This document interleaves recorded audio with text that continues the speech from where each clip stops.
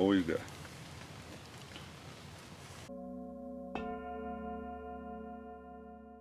So here in this beautiful river, you know, we've been doing prayers for some years now.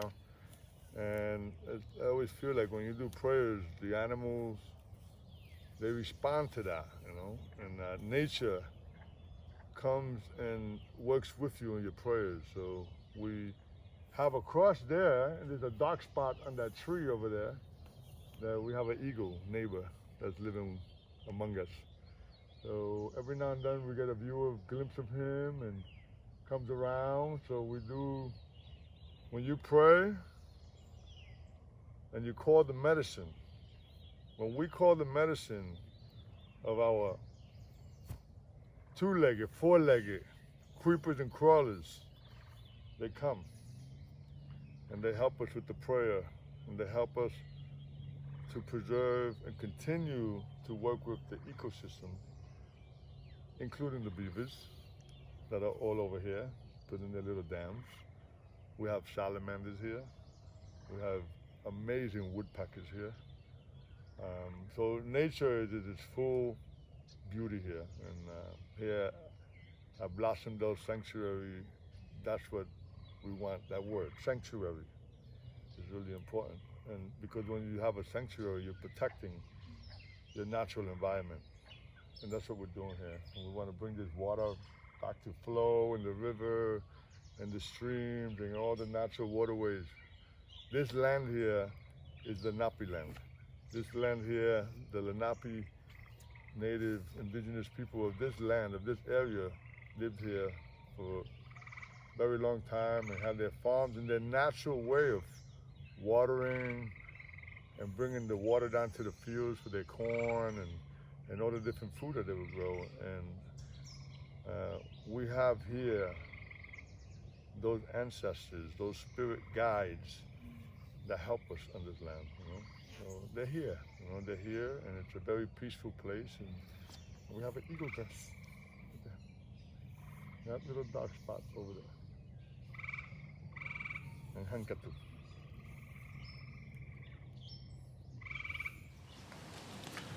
Daka Guaraguarish, Daka Guaraguarish, Guaribo, Raquisqueya, Santo Domingo, República Dominicana. My name is Roman Red Hawk Guaraguarish. I am Taino from the Caribbean on the island of Quisqueya, known as the Dominican Republic. And my people are Taino people. They're from the mountains of Baitoa. Baitoa is in the north central region of the Dominican Republic, Quisqueya. I am a native indigenous person from the Caribbean, Taino, and people, the Taino people. We're the first people that found Columbus when he was lost at sea and came to our islands at the time when the Spaniards came into the Caribbean.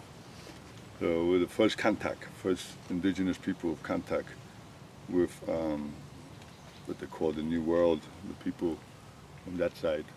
I am first child of Caimito, Maling, with my grandparents, Rosario and Jose Maria Perez.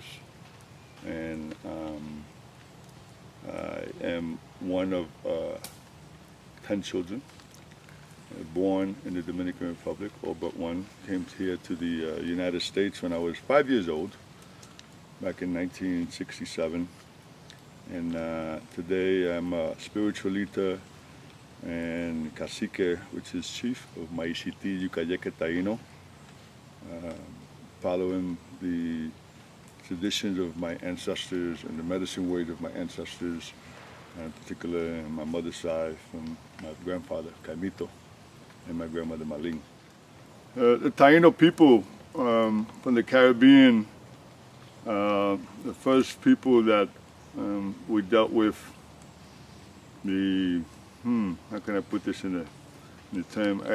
We are the first people that dealt with the atrocities of all indigenous people on this side of the world. You know, we're the first people that were enslaved here and our people had suffered many losses, and we had a way of our way of governance and our way of living as a people were people of peace and harmony on the islands. And we didn't have war per se at the time until the Europeans came over to the Caribbean.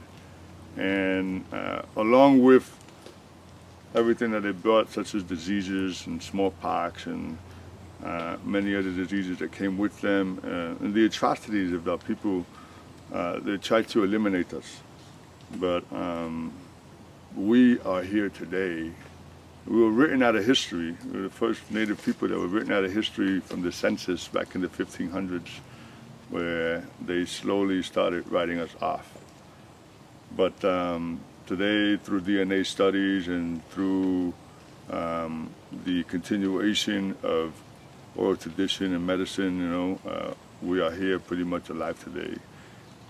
Some of the things that we have contributed to this world, as far as words, for example, you know, the words of huracan, which is the hurricane, the word barbacoa, which is the barbecue, the word canoa, which is the canoe, the word hamaca, which is the hammock. That's just a small example of some of the words that were taken from us and put in the Spanish dictionary and later on became words that are used throughout the world. We are primarily farming people, and up in the mountains, we grow yuca, cassava, batata, and all these tubers, and our meat primarily was fish because we didn't have no big animals on the island. They came later on, the cows and the chickens and the goats and everything that came with the Spaniards. But you know, we are a people of the medicine tobacco. I'm smoking this tobacco here, and tobacco is one of the medicines that we work with, which a lot of people don't understand, the healing element of tobacco. And in my family, you know, we work with the tobacco to heal people in many different ways. So although this sacred plant gets a name of nicotine, and it goes on to say that it hurts people and injures people, you know, if it's used correctly, which is something that the Europeans never asked for, specific instructions. They took it upon themselves to do it the way they do it. So today people inhale it. Today there's all kind of chemicals added to this plant, and it is misused, and it has been labeled as a deadly plant. But it is one of the plants that we work with. We also have other medicines that we work with on a spiritual level, cohoba. Cohoba is a snuff that we work with our people to transmit and receive messages from our ancestors. We are people that are very connected with our ancestors. At the time when the Europeans came, you know, they seen our funerary ways of how we took care of our ancestors. We brought them close to our home. So we had their bones hanging in the gorge around our home, and we were labeled as cannibals. We were labeled as people that were eating people, you know, and that's not true. That is not the way we are. You know, we were honoring our ancestors, and we brought them closer to our home. So we brought them closer to our home, and we put them by us.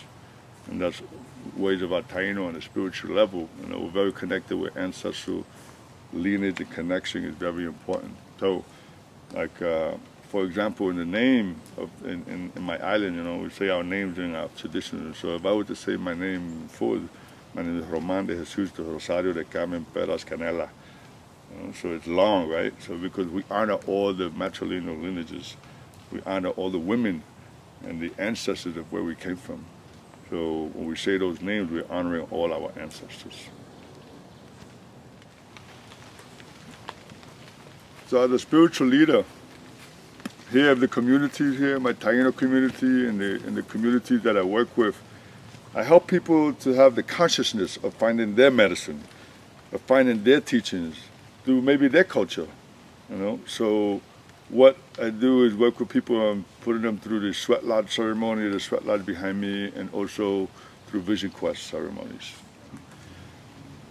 The climate crisis, the climate emergency, where we are in the world today, for this Atabeira, which is what we call the Earth Mother. It is in trouble.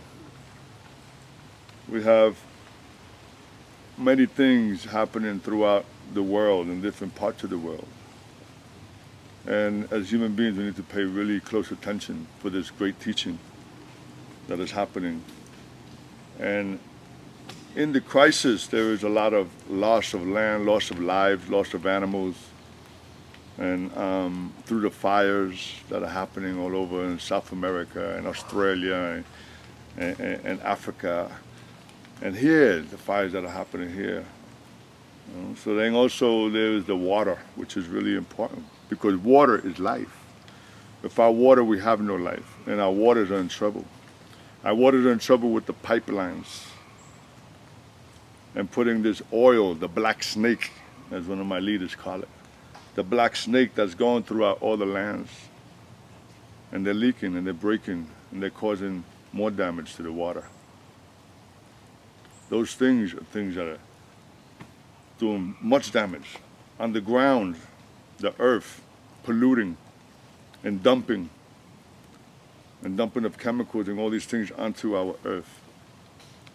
Pretty soon, if we continue at the rate we're going, we're not going to have places to grow our food. So we've got to take care of these things. Our air, the quality of our air, for our future generations. That's why we do everything we're doing for the 7 generations that are yet to come. And remembering the 7 ones before us. So our air quality is really bad as well. So all these things is something that as a human beings, we all need to act. We all need to pray. We all need to come back and pray in these lodges, in the fires, with the medicines that are around the world that our relatives are sharing with us. So we can have the consciousness of healing this earth plane. Because if we continue going at the rate we're going, then we can lose this very place that holds us and gives us life and sustains us, freely given to us. So today, the people of this world, what can you do? Listen to the elders. The elders are coming. They're here, and they're coming with the answers. They're coming with the medicine. Sit with the elders. Take care of the elders so they can continue to give us the knowledge that has been keeping them and this world alive for all this time.